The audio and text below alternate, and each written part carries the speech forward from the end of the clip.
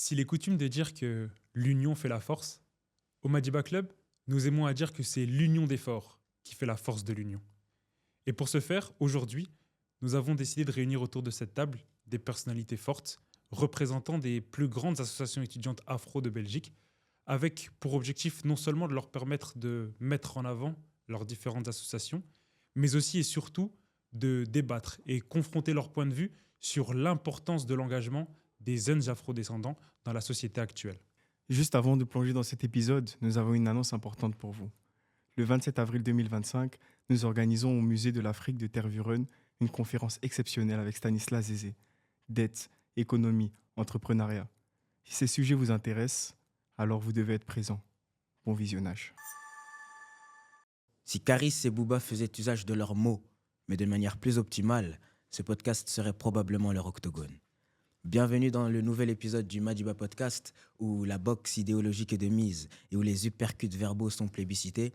Aujourd'hui, j'ai l'immense plaisir d'être en compagnie par les Caris et les Booba du débat contradictoire. Et dans cet octogone, ils sont venus représenter leur cercle, mais pas n'importe lequel. Des cercles étudiants créés par des afros et pour des afros. Est-ce que vous pouvez vous présenter vos cercles, s'il vous plaît? Bien sûr. Du coup, je me présente, je m'appelle Thomas Ossoudé. Cette année, je suis président du Binabi. Le Binabi, c'est un cercle qui existe depuis 1979, qui avait pour but à la base de permettre l'intégration et l'accueil des étudiants venant du Congo-Kinshasa. Par la suite, il s'est développé en 2012. Ça a changé de nom pour s'appeler le Binabi, pour montrer que c'était destiné à toutes les personnes intéressées par les cultures afrodescendantes et pas seulement par les personnes d'origine congolaise. Et on se concentre sur plusieurs axes, autant de la création de conférences, de séminaires, on fait des podcasts, on fait des articles, des guidances, du tutorat, des événements un peu plus ludiques et divertissants comme des galas, des tournois de foot, etc. On fait un peu de tout. Ok, merci. Christian Lungela du Kilimandjaro. Alors, le Kilimandjaro est un cercle étudiant qui existe depuis 1991, qui est créé par des afros. Au début, étudiant de Saint-Louis, il s'est élevé aujourd'hui dans un souci de retrouvailles pour pouvoir promouvoir la culture, pour pouvoir promouvoir l'unité et tout ce qui concerne les valeurs afro-descendants.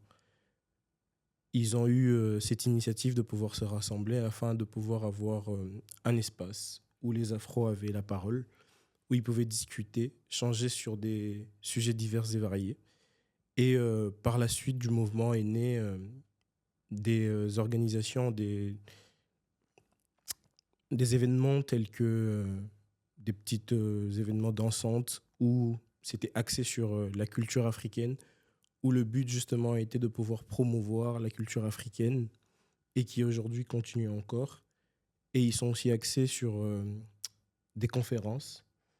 Et il y a une conférence qui a été faite le 2 du mois qui tournait justement sur un sujet de décolonisation.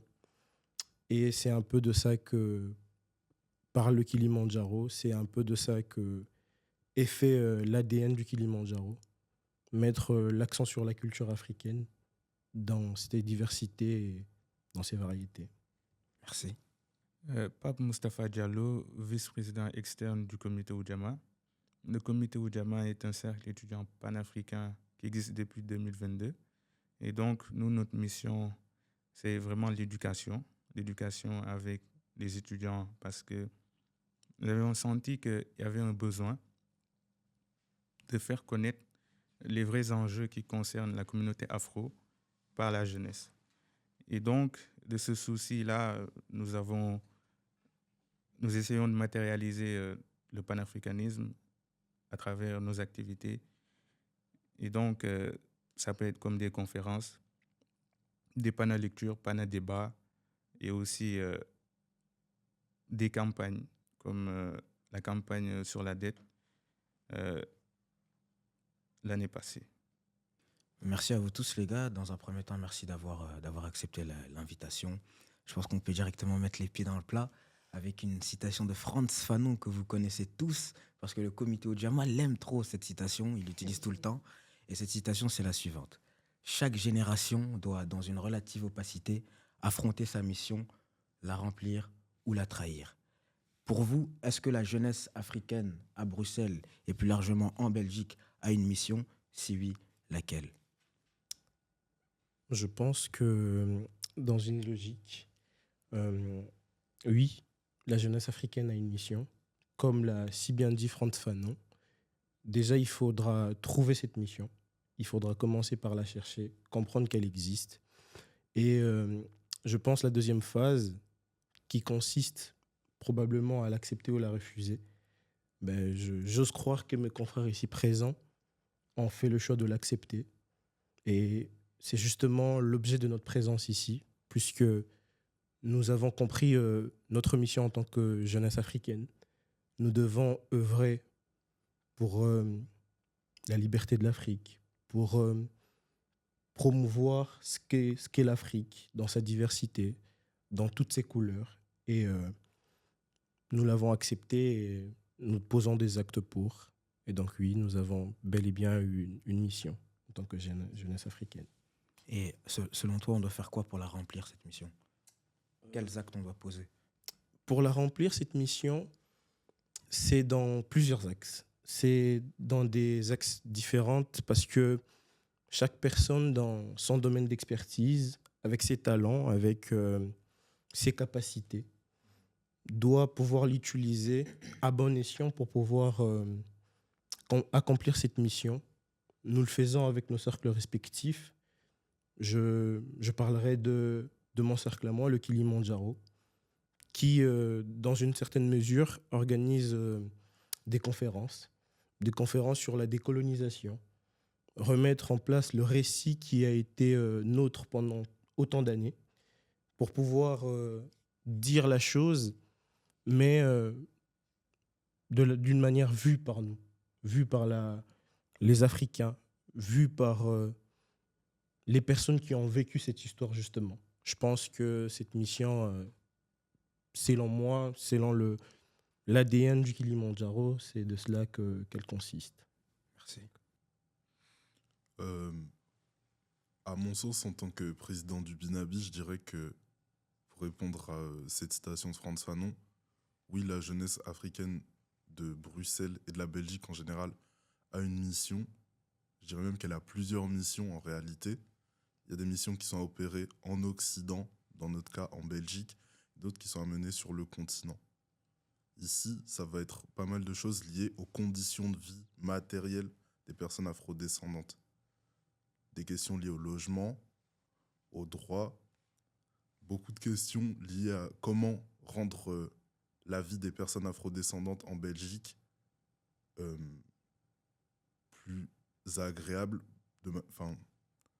L'idée, c'est de permettre aux afrodescendants de savoir à quoi ils ont droit, de savoir ce qu'ils doivent demander, de demander à être, au-delà de demander de récupérer ce qui nous est dû, c'est-à-dire du respect, des droits, des conditions de vie bien meilleures que celles que les afrodescendants ont actuellement. Et sur le continent, ce serait la libération du continent. Mais ce n'est pas quelque chose qu'on demande, c'est quelque chose qu'on doit chercher. Pour chercher cette libération, ça passe par de l'éducation. Parce que ce qui compte le plus, c'est premièrement permettre aux gens de comprendre et de connaître les injustices qu'il y a en tant qu'afrodescendants en Occident et sur le continent. Par la suite, leur montrer des moyens d'action qu'ils peuvent utiliser. Par exemple, le Binabi, autant par des conférences que des séminaires, on essaye de les mettre au courant de ce qui se passe, de ce qui s'est passé. Et par la suite, on va essayer de leur donner des connaissances sur comment traiter tel ou tel sujet. D'un point de vue, par exemple, professionnel, on peut les aider avec du tutorat et du mentoring pour les aider à aller dans certaines places qui auraient pu être plus difficiles d'accès pour eux. C'est à plein de niveaux, sur plein de pôles, qu'on doit agir pour essayer de remplir cette mission. Ces missions. Merci. Je pense que je suis d'accord avec Thomas qu'il y a plusieurs missions à remplir. Tout d'abord, au comité Ojama, nous croyons que la première, c'est vraiment de valoriser et de préserver l'héritage qu'ont laissé ceux qui nous ont précédés. Et aussi, la deuxième, je pense, et le plus important, c'est vraiment aller vers le chemin de l'autodétermination, qui nous, en tout cas, notre philosophie, c'est vraiment ça. L'autodétermination est la clé de notre émancipation. Et donc, la jeunesse ici en Belgique, comme Thomas l'a dit, doit se concentrer sur les conditions de vie matérielles. Et aussi, je pense, au niveau de l'Afrique, être au courant des enjeux qui se passent réellement sur le continent, que ce soit au niveau politique et au niveau social. Et aussi que pour le changement réel de la vie et la condition des Noirs dans le monde, doit débuter en Afrique. Donc, c'est vraiment l'Afrique, le centre, qui va se remettre à niveau, va permettre la périphérie, donc la diaspora ici, vraiment de s'émanciper et de vivre bien. Dans vos différentes interventions, vous avez fait mention du continent, ce qui renvoie au panafricanisme. C'est clair que vous êtes tous, en tout cas détrompez-moi si je dis n'importe quoi, mais que vous êtes tous des clubs panafricains. Ok, vous n'êtes pas des clubs panafricains, mais avant de répondre à la question, avant de me contredire, comment est-ce que vous définissez le panafricanisme alors? Ça va, tu veux commencer ou j'explique? Bon, je peux commencer. Hein. Pour nous, le panafricanisme, non, avant tout, on est un cercle panafricain. Et donc, pour nous, le panafricanisme, c'est toutes les multiples formes d'africanité. Et donc, que ce soit la religion, les cultures, peu importe. Le plus important, c'est vraiment, est-ce que cela va permettre à l'Afrique de changer ses conditions actuelles? Et donc, ça concerne aussi bien l'Afrique que sa diaspora. Et donc, les Antilles, la Belgique, peu importe quoi. Le plus important, c'est vraiment de comprendre que notre diversité à travers notre forme d'africanité est une force que nous devons utiliser pour nous émanciper. Est-ce que tu fais la distinction entre panafricain et panafricaniste? Non, personnellement, je ne me concentre pas sur les mots. En tout cas, pour moi, le plus important, c'est vraiment d'œuvrer pour cette unité-là entre Africains. Et après, ceux qui s'intéressent vraiment aux mots, je pense qu'ils ont tout le droit, mais perso, on n'est pas dedans. Le comité Ojama, on peut vous coller une étiquette de panafricain? Oui. Ok. Et vous, Thomas? Du coup, au niveau du Binabi, je vais préciser un truc, c'est pas qu'on est contre l'étiquette du panafricanisme, mais que par contre, je vais être précis sur ce qu'est le panafricanisme. À la base, c'est une idéologie liée au marxisme qui ensuite a donné des projets politiques. Et je pense que dans les actions qu'on mène, ça serait des fois galvaudé par notamment le fait que les présidences changent régulièrement, de dire qu'au cours de son histoire, le Binabi a toujours eu un projet totalement panafricain. Je pense qu'il y a plein d'aspects où on se reconnaît dedans, et même à un niveau personnel, je me reconnais dans ça. Mais pour moi, le panafricanisme, c'est pas juste lié à l'union des personnes afrodescendantes. Ça peut aller plus loin que ça. Le panafricanisme, c'est pas du capitalisme noir. C'est une idéologie avec des valeurs qui fait du sens et qui, pour moi, peut améliorer le continent, mais juste la réunion des peuples africains, c'est pas du panafricanisme, d'après moi. C'est pour ça que le Binabi, on pourrait dire que je veux tendre à ce que le cercle le soit de plus en plus, mais est-ce qu'il est intrinsèquement? Je suis pas totalement sûr. Il y a plein d'aspects comme la réunion des personnes afrodescendantes et le fait de travailler pour améliorer nos droits, mais est-ce que de base, l'idéologie des gens qui l'ont fait, elle était liée au marxisme ou à des mouvements totalement de gauche? Je suis pas sûr, tout le temps en tout cas. Ok. Mais avant je te cède la parole, je rebondis vite fait sur ce qu'elle a dit. Tu as dit qu'à l'origine, c'était une idéologie liée au marxisme et tu as défini le panafricanisme par la négation. Tu as dit que ce n'était pas du capitalisme noir. Mais alors aujourd'hui, en 2025, c'est quoi le panafricanisme? C'est un ensemble de... Je sais pas si on pourrait parler de mouvements, de personnes, de plein de choses, mais si je devais le définir positivement, ça serait...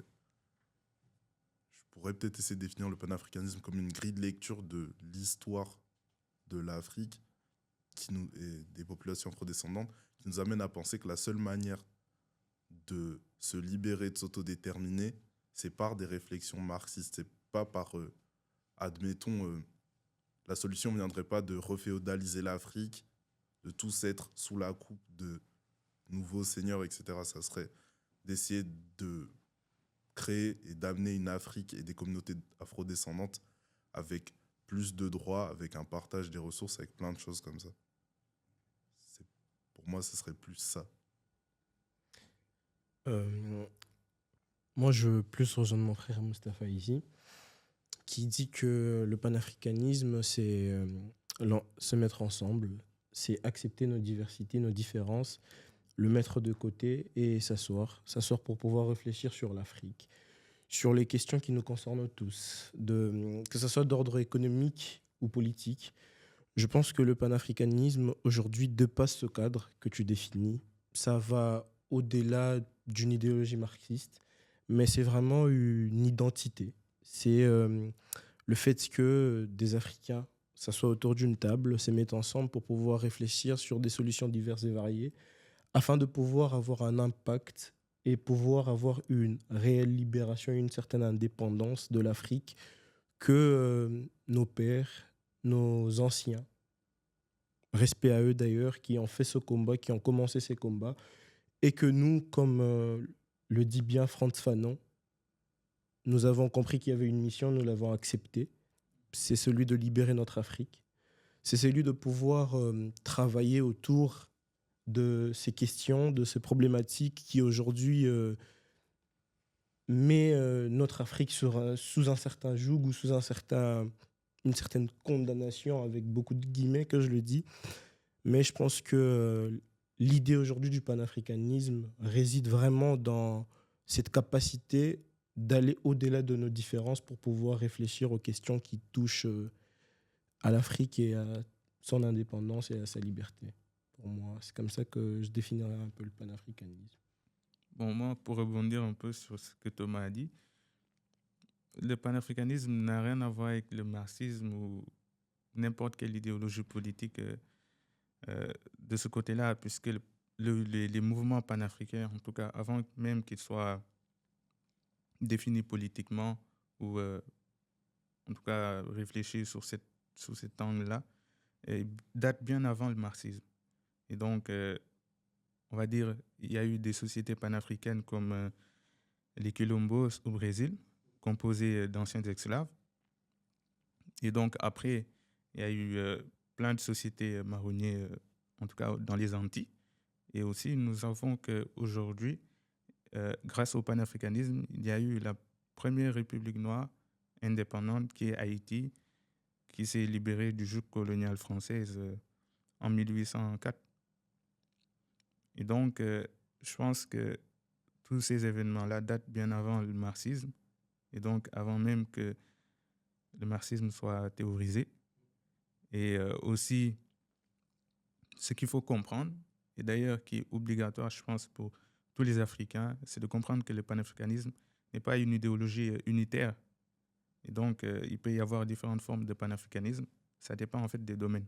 Et donc, dans le domaine politique, peut-être, il y a eu certains dans l'histoire qui ont utilisé des grilles de lecture marxistes pour essayer de trouver des solutions aux problèmes africains. Mais ça ne veut pas dire forcément que nous allons reféodaliser l'Afrique ou imposer le communisme ou quoi. Voilà.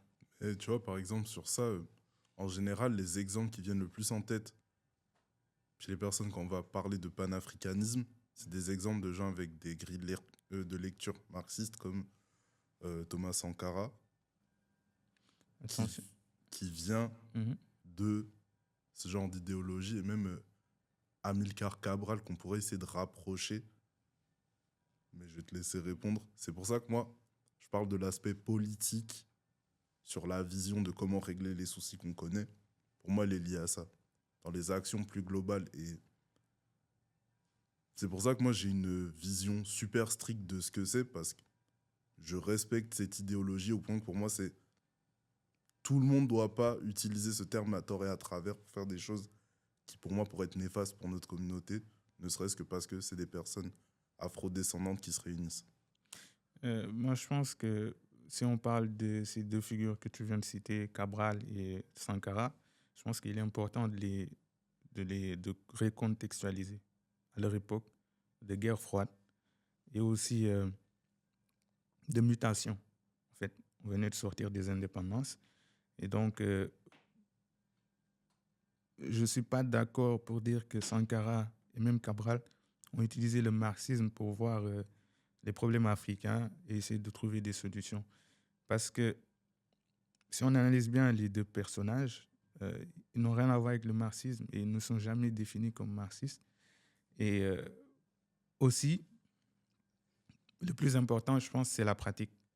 Et donc, exemple Cabral, lui, juste avant de quitter Lisbonne pour repartir dans les années 50 en Afrique, parlait déjà d'une réafricanisation des esprits. Et je pense que pour atteindre ce niveau-là, il n'y a pas de lien avec le marxisme, quoi. Tu vois? Et même Sankara, je pense que Sankara, avant d'arriver au pouvoir, n'avait rien à voir avec les mouvements marxistes, mais qu'une fois arrivé au pouvoir, pour des raisons géopolitiques, était obligé de s'allier, peut-être de trouver des alliés dans les pays de l'Est, avec Cuba, etc. Mais je pense que c'est vraiment important de recontextualiser et de le comprendre de cette façon-là, en tout cas. Parce que pour moi, ne serait-ce que dans plein d'idées qui sont remobilisées même de nos jours, sans avec un regard presque réactionnaire, c'est pas mal de choses qui sont... Si tu préfères ne pas dire que c'est pas inspiré de ça, en tout cas, ça remobilise pas mal d'idées qui sont proches de ça. Comme il a dit, je pense qu'il est intéressant de recontextualiser. Les premières manifestations du panafricanisme ont eu lieu au XVIIe siècle avec les quilombos, comme il l'a dit. À cette époque-ci, ce n'était pas encore défini, il n'y a pas encore de penseurs qui ont écrit et qui ont dialogué autour de ce concept. C'est vrai qu'au XXe siècle, il y a eu un mouvement panafricaniste avec les Dubois, les Garvey, etc., les Nkrumah, les Fanon, les Césaire, etc. Et c'est vrai qu'on peut identifier une pensée communiste. Mais moi, je pense que aucun mouvement n'est immuable et que tous sont perfectibles. Aujourd'hui, on est dans un autre contexte. On n'est plus à l'époque des indépendances. On n'est plus au sortir de la colonisation. Et je pense qu'on peut se réapproprier ce concept. Et dans ce cas-là, si on parle de réappropriation et qu'on introduit le panafricanisme, mais aujourd'hui, de la manière dont nous, on pourrait le voir, est-ce que pour toi, le Binabi pourrait être panafricain sans penser au Nkrumah, sans Ça, penser on a au une XXe siècle? définition plus large et moins académique, machin, super strict. Ouais, bien sûr. Mais c'est à ce regard-là que pour moi, on rentrerait pas dedans. Mais si on a une définition large, on est dedans. Mais moi, je pense que dans une recontextualisation, comme tu l'as dit, moi, je ne vois pas aujourd'hui le panafricanisme être défini par des idéologies des personnes. Je ne l'associe pas à des personnes parce que je pense que l'Afrique aujourd'hui, on doit arriver à ce domaine-là où on doit comprendre que nous devons passer au-delà des idéologies de personnes et que le panafricaniste aujourd'hui doit être vu comme quelque chose qui est uniquement pour l'Afrique dans sa généralité, dans sa globalité. Et je pense que le remettre à des idéologies justement en se basant que uniquement sur des personnes, oui, c'est des personnes qui l'ont utilisé dans une certaine mesure, comme il a dit, dans des contextes bien précis où notre Afrique venait de passer dans des épisodes tragiques de son histoire. Il est quand même important de le dire parce que au-delà de ces personnes-là, au-delà de Thomas Sankara ou d'autres exemples que tu as cités, je pense qu'il y a beaucoup d'autres personnes aussi qui l'ont utilisé. Aujourd'hui, je prendrais l'exemple le plus emblématique aujourd'hui dans mon pays, par exemple, c'est celui de Patrice Emery Lumumba, qui a été un fervent servant du panafricanisme, mais qui ne s'identifiait pas non plus à cette idéologie marxiste.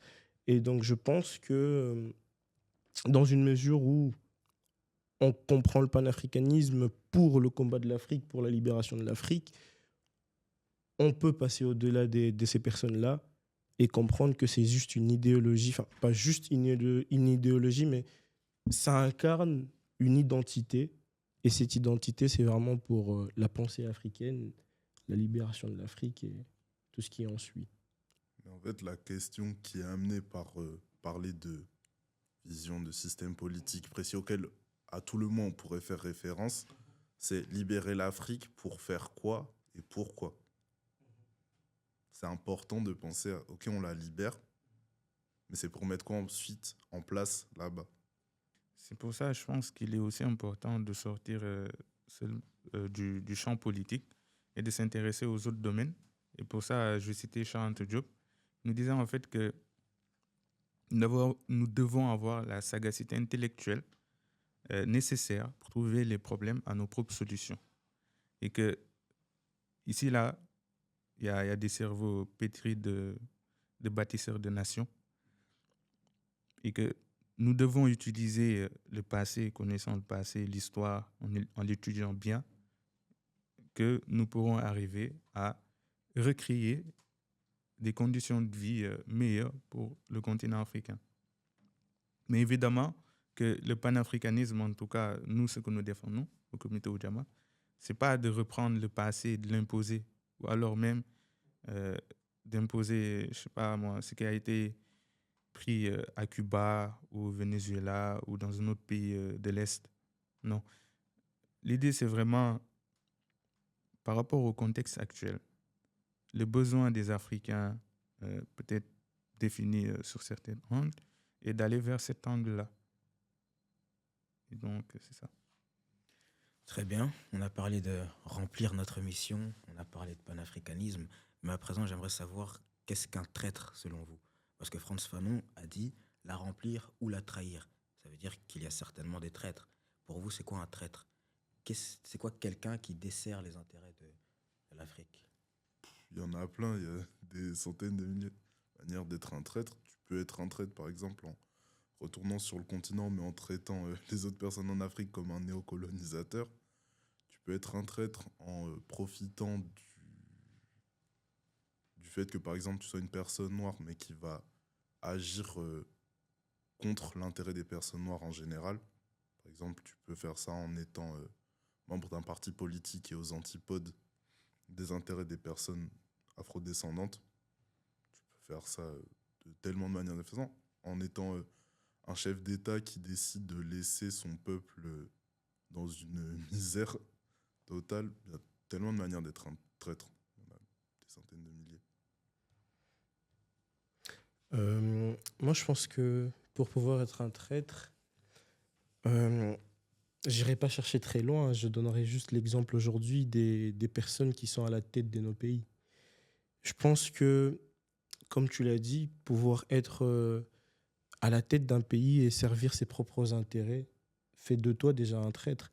Le fait que tu es à la tête d'une nation et que ce que tu sers n'est pas forcément les intérêts des personnes qui font partie de ce peuple ou de ton pays, fait de toi un traître. Parce que tu acceptes une charge, des personnes te font confiance, te placent là, et pour d'autres d'ailleurs non, et que toi, délibérément, en tant qu'individu, décides de bafouer et de passer au-delà de ça en les piétinant, et des fois même en utilisant des bavures pour pouvoir les soumettre à toi, comme le faisaient à l'époque les, les colons. Avoir cette posture-là, encore aujourd'hui, fait de toi un traître, justement, parce que aujourd'hui, l'Afrique doit être dans une optique de pouvoir avancer. Et dans le simple fait que tu es celui qui freine cette avancée de l'Afrique, je pense, à mon humble avis, fait de toi aussi un traître. Je suis d'accord avec les deux, mais je pense que pour revenir à quelque chose de plus simple, c'est ne pas être sur le chemin de l'autodétermination. Pour moi, ça constitue un acte de trahison envers son peuple et son continent. On peut donner l'exemple des chefs d'État, mais aussi des personnes qui travaillent aussi pour le camp occidental, pour l'ennemi en général. Comme tu l'as dit aussi, des personnes noires qui appartiennent à la communauté, mais qui traitent leurs semblables comme le fait l'ennemi. C'est aussi des traîtres. Mais aussi, je pense qu'on peut même l'élargir en parlant des militants aussi qui ne remplissent pas la mission qu'il faut, en tout cas, peuvent aussi être considérés comme des traîtres. Mais je pense qu'il n'est pas important de s'attarder sur ce genre de choses, mais plutôt de se mobiliser sur ceux qui sont vraiment là pour essayer de changer les choses. Parce que souvent, ce qu'on remarque, c'est que dans notre communauté, quand le problème est clairement défini, on se concentre en fait sur les traîtres, en les stigmatisant, insultes, peu importe, et ne pas vraiment se concentrer sur l'action à mener pour que les choses changent. Merci pour vos pistes de réflexion. Autour de cette table, on est tous, on va dire, engagés. Et jusqu'à preuve du contraire, nous sommes tous africains. Nous sommes tous africains, mais nous sommes tous étudiants en Europe. Mais nous avons tous à cœur d'agir pour le bien des Africains et de l'Afrique. Est-ce que vous pensez que les universités occidentales et européennes nous forment assez bien, nous, étudiants africains? Enfin, nous forment correctement à relever les défis de l'Afrique et des Africains? Non, pour la simple et bonne raison que ces universités, ces institutions sont dans un système qui a légitimé et permis l'asservissement de l'Afrique, et que donc toutes les perspectives d'éducation qu'ils vont nous proposer, ou la majorité d'entre elles, vont nous amener à continuer dans cette démarche-là. Par exemple, ça va être un truc que je vais l'expliquer très vite et pas en profondeur, mais si on prend quelqu'un qui va être formé en économie, s'il ne remet pas en question les principes qu'il va avoir en cours dans des universités occidentales, il va continuer à appliquer des principes qui sont en train d'asphyxier nos pays. Par exemple, une course à la dérégulation pour avoir des prêts qui vont être facilités par le FMI qui n'arrive pas à aider nos pays. Ça a amené plein de réflexes et plein de modes de pensée qui n'aident pas nos pays en soi. Non, il ne le fait pas, mais aussi qu'elle n'a pas intérêt à le faire. Parce que C'est fort. c'est normal, dans une guerre, on ne permet pas à l'ennemi d'envoyer des espions. Et donc nous, qui sommes dans le système-là, nous sommes en quelque sorte des espions. Et je pense que nous ne devons rien attendre du système occidental et que nous-mêmes, nous devons nous organiser pour nous permettre d'avoir cette éducation-là dont nous avons besoin. Et donc, exemple, au comité Ujamaa, à travers nos activités, nous faisons vraiment le contenu vraiment axé sur la connaissance de l'Afrique. Exemple, à travers les panels débats, panels lecture, même les conférences. Et aussi, nous nous concentrons sur les enfants, parce que c'est dès le bas âge que ça commence. En mettant en place Ujamaa School, c'est une école de devoirs. Et donc, nous essayons de permettre aux nos jeunes frères et sœurs, de remonter leur niveau scolaire, en même temps en leur donnant des cours de panafricanisme. Et donc, cette autodétermination-là dans la tête. Et ce qui va leur permettre d'être en phase avec eux-mêmes dans ce système où le paradigme n'est pas fixé vers l'Afrique ou les problèmes de l'Afrique. Moi, je pense que, comme tu l'as dit, Mustapha, ils n'ont pas intérêt à le faire. Je pars toujours d'un point de vue qui est sur une question de prédisposition. Parce qu'en tant qu'Africains, nous savons pourquoi nous faisons des études dans différentes branches. On en discutait en coulisses. Ici, à table, nous faisons différentes branches d'études. Il y a du droit, il y a de l'anthropologie, de la sociologie, il y a de la science politique. Je pense qu'aujourd'hui, tout dépendra de ce que nous décidons d'en faire. Parce que c'est du savoir, c'est de la connaissance. Enseigné certainement par des personnes qui y étaient dans une disposition de pouvoir nous écraser, nous anéantir. Mais je pense qu'il est intéressant quand même d'être aussi là parce que ça nous permet, nous en tant que jeunes Africains, qui sommes engagés pour la cause africaine, de pouvoir comprendre justement comment pensent ces personnes. Parce qu'aujourd'hui, tu l'as dit, dans une guerre, on n'accepte pas des espions, des personnes qui vont guetter un peu, mais nous qui sommes là, jouons un peu ces rôles. Parce que nous sommes formés par ces gens, nous comprenons leur société, nous étudions leur société et nous comprenons un peu dans quel registre ces personnes se placent et comment ils se voient. Et je pense que c'est intéressant aussi parce que c'est pas d'attendre la connaissance universitaire, nous, pour pouvoir embrasser l'Afrique. Je pense qu'ici à table, nous avons commencé à nous intéresser à l'Afrique bien avant d'entrer à l'université. Nous avons lu différentes personnes, différents écrivains, penseurs africains, et qui aujourd'hui nous permettent aussi d'une certaine manière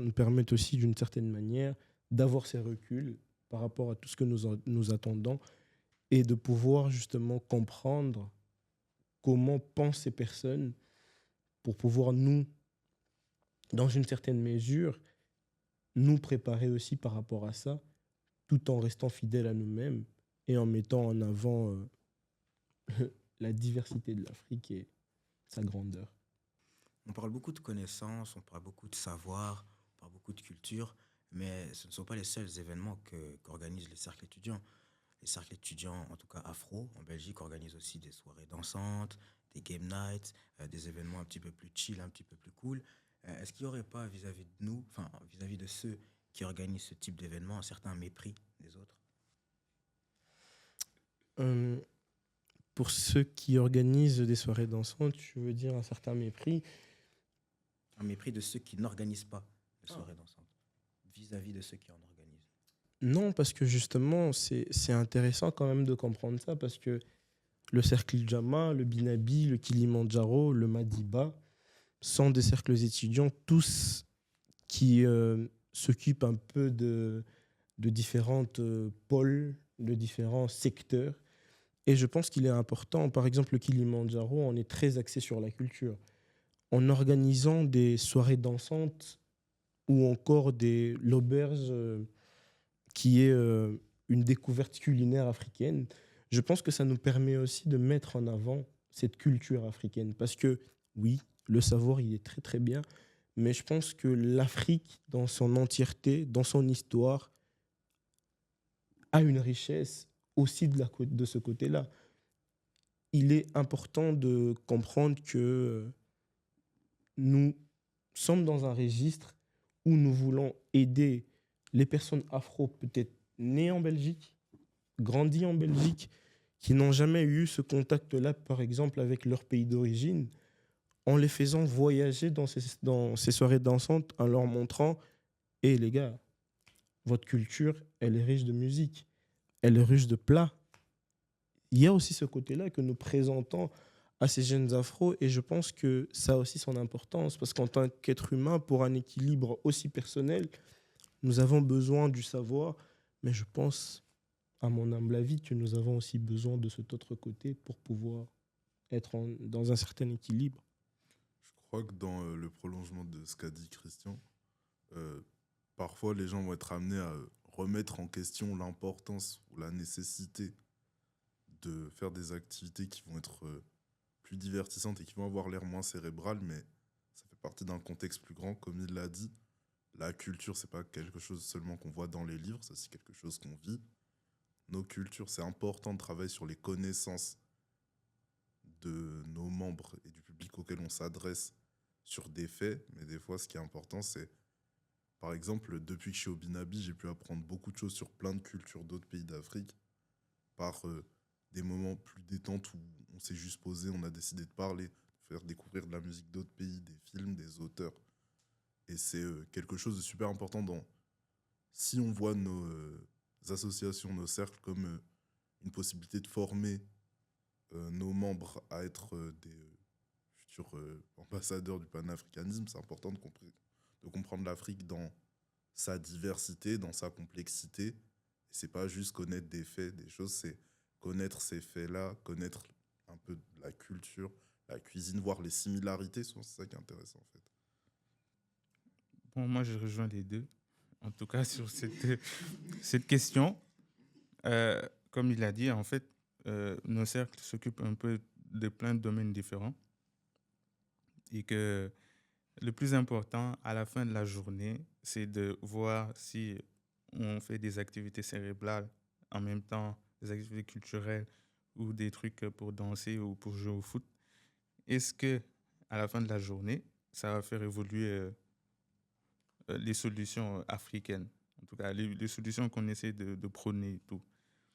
Malheureusement, des fois, ça ne se passe pas comme prévu. Vous voyez. Et je pense qu'on ne doit pas être dans le critique, comme il a dit.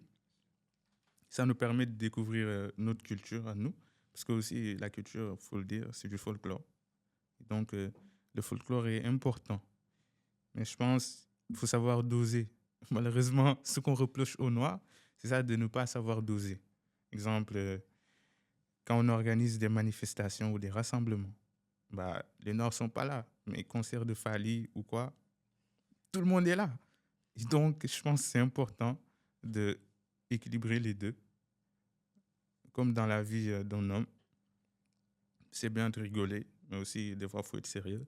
Parce que c'est comme ça qu'on remplit le frigo. Donc aussi, les Noirs, en général, doivent équilibrer les deux. Justement, c'est important de le soulever, cet équilibre. Dans le Kilimandjaro, par exemple, je fais partie du pôle éducation, conférences et débats plus précisément. Mais c'est intéressant de voir que dans le Kilimandjaro, il y a aussi le côté event qui organise différentes soirées dansantes.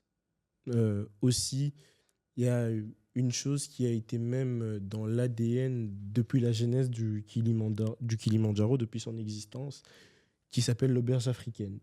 Cette auberge africaine, au départ, dans le début du Kilimandjaro, c'était quelque chose qui était organisé en interne pour pouvoir, dans cette diversité des afros présents à la création de ce Kilimandjaro, de pouvoir se faire découvrir des plats de ce chacun dans une convivialité, dans un amour et dans un partage. Et aujourd'hui, cette auberge africaine est ouverte à tout le monde. Et dans notre université, au sein de notre université où se passe cette auberge africaine, c'est intéressant de voir que cette culture n'intéresse plus seulement nous-mêmes les Africains, mais ça va au-delà de l'Afrique. Et je pense que en tant qu'Africain, il est aussi important dans cette démarche panafricaniste où nous voulons prôner une certaine liberté, de faire comprendre aussi que nous existons, nous sommes là, pas parce que vous décidez, mais parce que nous avons notre histoire, nous avons nos cultures, nous avons nos diversités. Et justement, je pense que ça rentre aussi dans ce cadre-là, le fait de pouvoir faire cette invitation, même culinaire, ou encore musicale. Mais je te rejoins tout à fait, Mustapha, pour dire qu'il faut le recadrer.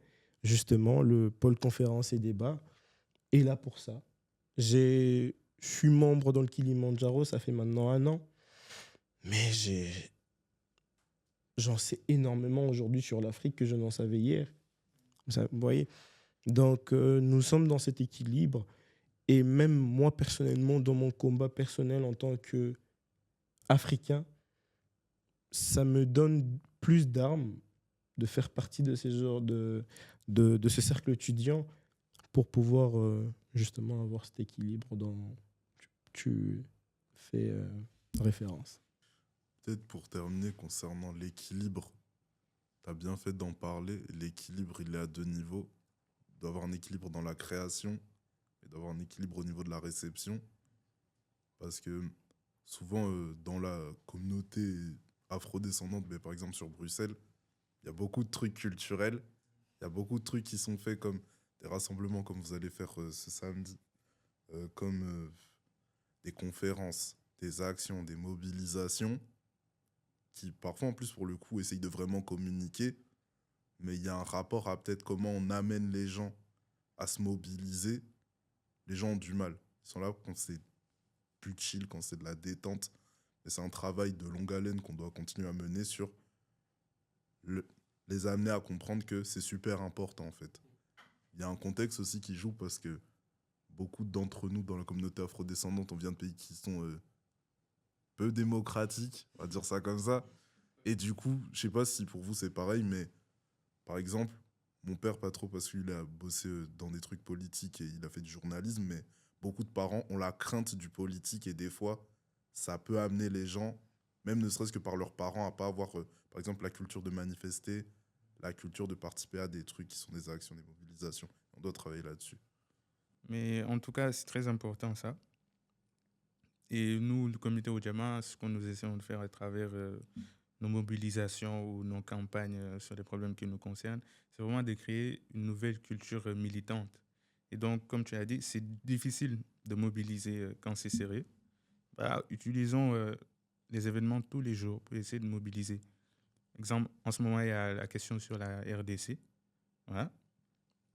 Nous avions proposé à tous les cercles de venir et on avait fait un rassemblement le 29 mars, Place Polar. Et donc, l'idée, c'était de montrer à nous-mêmes qu'on avait besoin, tout d'abord, de s'occuper des problèmes qui nous concernent, mais aussi trouver les solutions adéquates. Et donc, il y avait une cagnotte qui a été lancée. Et donc, les gens ont pu participer. Et donc, les personnes qui posaient la question de est-ce qu'aller marcher ou faire d'autres choses, est-ce que c'était concret, bah, là, c'était des actes qui étaient vraiment concrets. Quoi. Et donc, il faut équilibrer et savoir comment équilibrer. Parce que des fois aussi, dans la culture, je fais la différence entre manifestation culturelle et la réelle culture. Et donc, il y a vraiment une différence. Aujourd'hui, je pense que dans la diaspora, on est dans cette manifestation culturelle-là, à travers l'habillement, à travers, en tout cas, des choses extérieures, quoi. Pas vraiment ce qui concerne vraiment la culture. Extérieur, j'entends ce que tu dis, mais moi je veux aussi d'une chose, c'est que je pense qu'il y a aussi quelque chose qui joue beaucoup, c'est que pendant des années, pendant très très longtemps, on a essayé de faire croire à l'homme, à l'Africain en général, ce qui t'appartient est mauvais. Et aujourd'hui, je pense que dans cette lignée de réaffirmation pour montrer que c'est pas vous qui définissez ce qui est bien ou mal pour moi, mais c'est moi qui définis ce qui est bien ou mal pour moi, je pense que la plupart des jeunes rentrent dans ce cadre-là pour pouvoir se réaffirmer. Mais encore une fois, dans cette réaffirmation, il est toujours important de mettre cet équilibre, de savoir pourquoi tu le fais, quel est l'impact que tu veux avoir, est-ce que tu le fais juste pour le fun ou principalement pour pouvoir avoir un impact réel sur démontrer que ta culture elle est là. Parmi tant d'autres, elle est riche, elle est diverse, mais elle est là, elle existe. Aujourd'hui, par exemple, c'est intéressant de voir mon frère ici et moi-même avec des locks. Pourtant, des années en arrière, cette coiffure, elle était mal vue.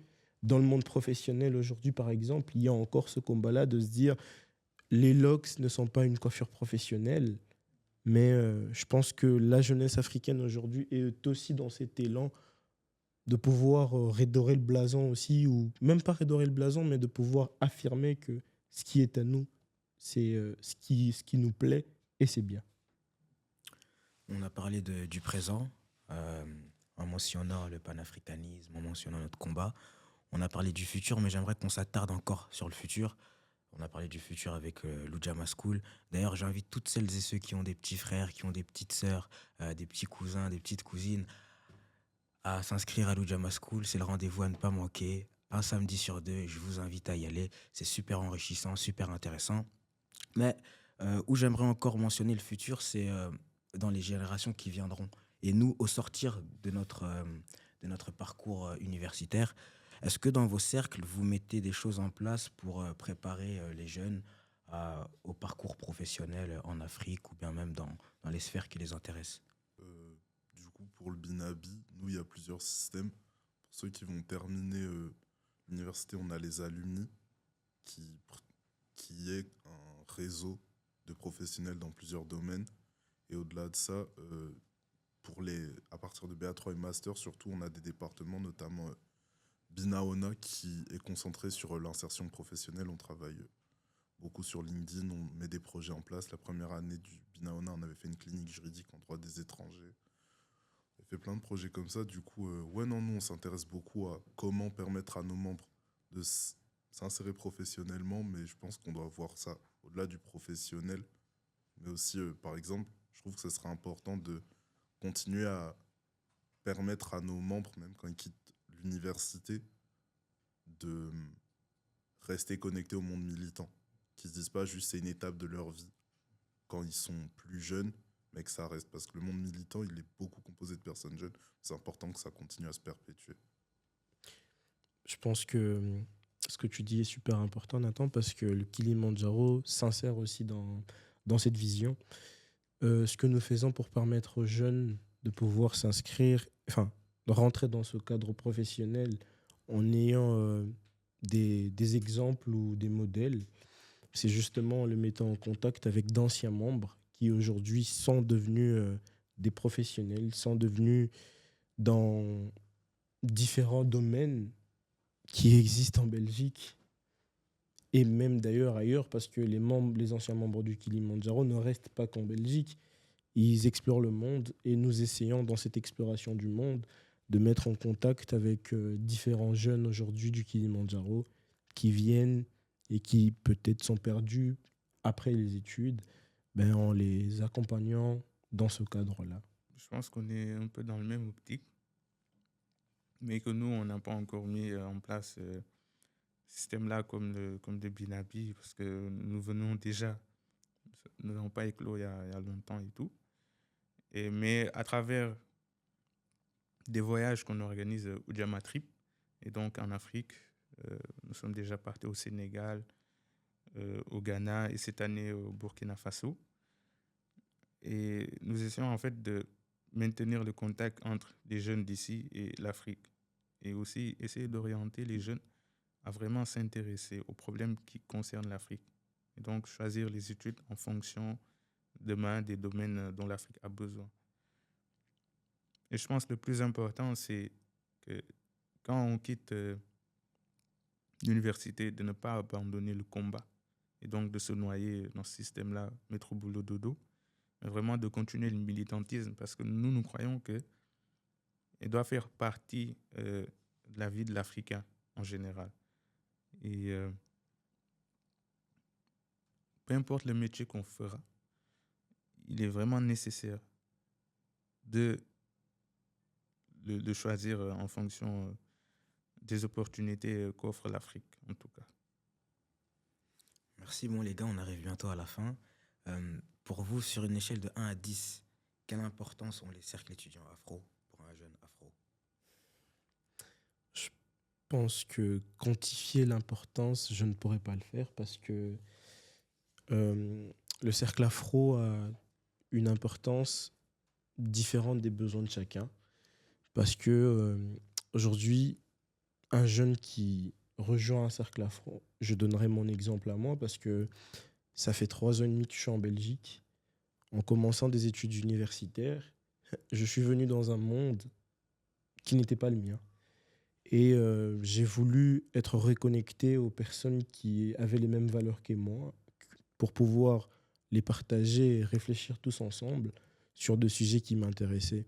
Et je pense que chaque jeune, dans une certaine vision de sa vie, ressent un besoin des fois de pouvoir se reconnecter. Et je pense que c'est dans différentes sphères ou dans différents domaines.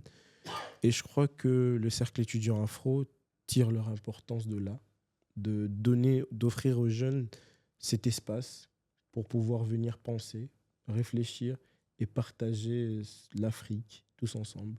Et je ne pourrais pas quantifier cela, mais je pense qu'il est très très capital et important le rôle que jouent les cercles afro en Belgique. Moi, je donnerais peut-être 7 sur 10. Hein. Je pense qu'il y a l'aspect social, mais aussi l'aspect militant, quoi. Mais en dehors de ces deux choses aussi, il y a la vie privée des gens et tout. Donc, à ne pas négliger. En tout cas, comme tu l'as dit, Christian, c'est vraiment quelque chose d'important. Et comme tu l'as dit, des fois, il y a des étudiants qui viennent dans un monde qu'ils n'ont pas connu et n'ont pas les codes. Et vraiment, de débat, d'être accueillis dans un milieu social qui ressemble un peu aux codes de leur pays, etc., pour leur permettre d'atteindre leurs objectifs plus rapidement et plus facilement aussi. En fait, si je devais faire un travail pour essayer de quantifier, ça serait compliqué, mais pour moi, ça peut aller de 4, 5 à 10, dépendamment de plein d'éléments. Parce que par exemple, nous, au Binabi, un truc qui aide, c'est qu'il y a l'aspect scolaire en plus. Donc, il n'y a rien qui empêcherait un étudiant, par exemple. Moi, je suis au Binabi depuis ma première année à l'UNIF. Ça m'a aidé dans comment mieux travailler, comment avoir tel conseil pour tel assistant de TP qu'il faut choisir parce que tel ou tel truc, ce sera plus simple. Donc, ça va être dépendamment de ce que la personne recherche. Je crois qu'un des trucs que j'ai le plus dit aux personnes qui rentrent au Binabi, c'est tu chercheras ce que tu veux y trouver. Si tu veux chercher des problèmes, tu vas trouver des problèmes. Si tu veux chercher à avancer, tu vas réussir à avancer. Si ce que tu cherches, c'est surtout du militant, tu auras du militant. C'est en fonction de ce que tu veux, tu le trouveras. Donc ça peut prendre une grosse part de ta vie, comme ça peut juste être ta pause chaque semaine pour aller voir une conférence, un débat, etc. Et enfin, dernière question, qu'est-ce que vous direz à un jeune qui sort de secondaire et qui aimerait bien s'engager dans un cercle étudiant, qui aimerait bien rencontrer des gens qui lui ressemblent et qui aimerait bien aussi mettre sa pierre à l'édifice dans ce combat associatif? Essaye, vas-y, te prends pas la tête, essaye de voir un maximum de choses, va voir plusieurs cercles, pas de fitna entre nous. Tu peux faire partie d'un cercle comme d'un autre, aller à telle activité d'un cercle et aller à une autre activité d'un autre cercle. C'est juste, fais-le, apprends beaucoup, profites-en parce que l'université, c'est pas pour toujours. Et surtout, inscris ce devoir militant dans ta vie sur le long terme. Juste ça, essaye. Je dirais la même chose, mais d'abord rejoindre le comité Ujamaa. Ensuite, comme tu l'as dit, essayer de faire de sa vie une vie militante. Et le plus important, comme disait Charente Diop, c'est de chercher la connaissance directe. Par la connaissance directe, il y aura une issue, en tout cas au problème actuel. Et aussi, quand on débarque de secondaire, comme il a dit, on est perdu. Et vraiment, des fois, les cercles d'étudiants peuvent apporter ce réconfort-là et aussi de nous guider, quoi, essayer de nous guider vraiment. Merci. Je vais commencer par une citation de Lumumba qui disait « L'histoire écrira un jour son mot, dira un jour son mot, et ces mots ne sera pas celui des oppresseurs, mais des peuples libres. » Pourquoi je commence par ça? Parce que je pense que demain, un jeune qui quitte le secondaire et qui veut embrasser cette vie de cercle étudiant, je l'encouragerais de le faire. Parce que cela lui permettra pas seulement d'apprendre, mais aussi de pouvoir avoir un impact. En disant ce qu'il pensait tout bas dans sa chambre, seul, en cherchant, en regardant YouTube, en lisant Frantz Fanon, en je ne sais pas quelle activité qu'il faisait avant, mais ces cercles étudiants donnent aux jeunes justement cette opportunité de pouvoir avoir la parole.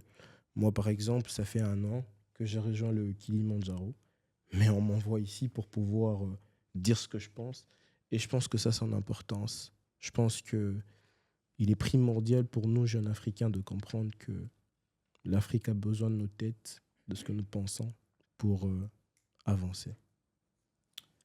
Voilà, c'est déjà la fin. Ne soyez pas déçus. Comme je vous l'ai dit précédemment, un débat riche en intelligence. Au Madiba Podcast, on parle. Sinon, quelqu'un parlera à notre place. Et ce n'est que très rarement, voire jamais en notre faveur. Et je vous dis à très bientôt pour un nouvel épisode.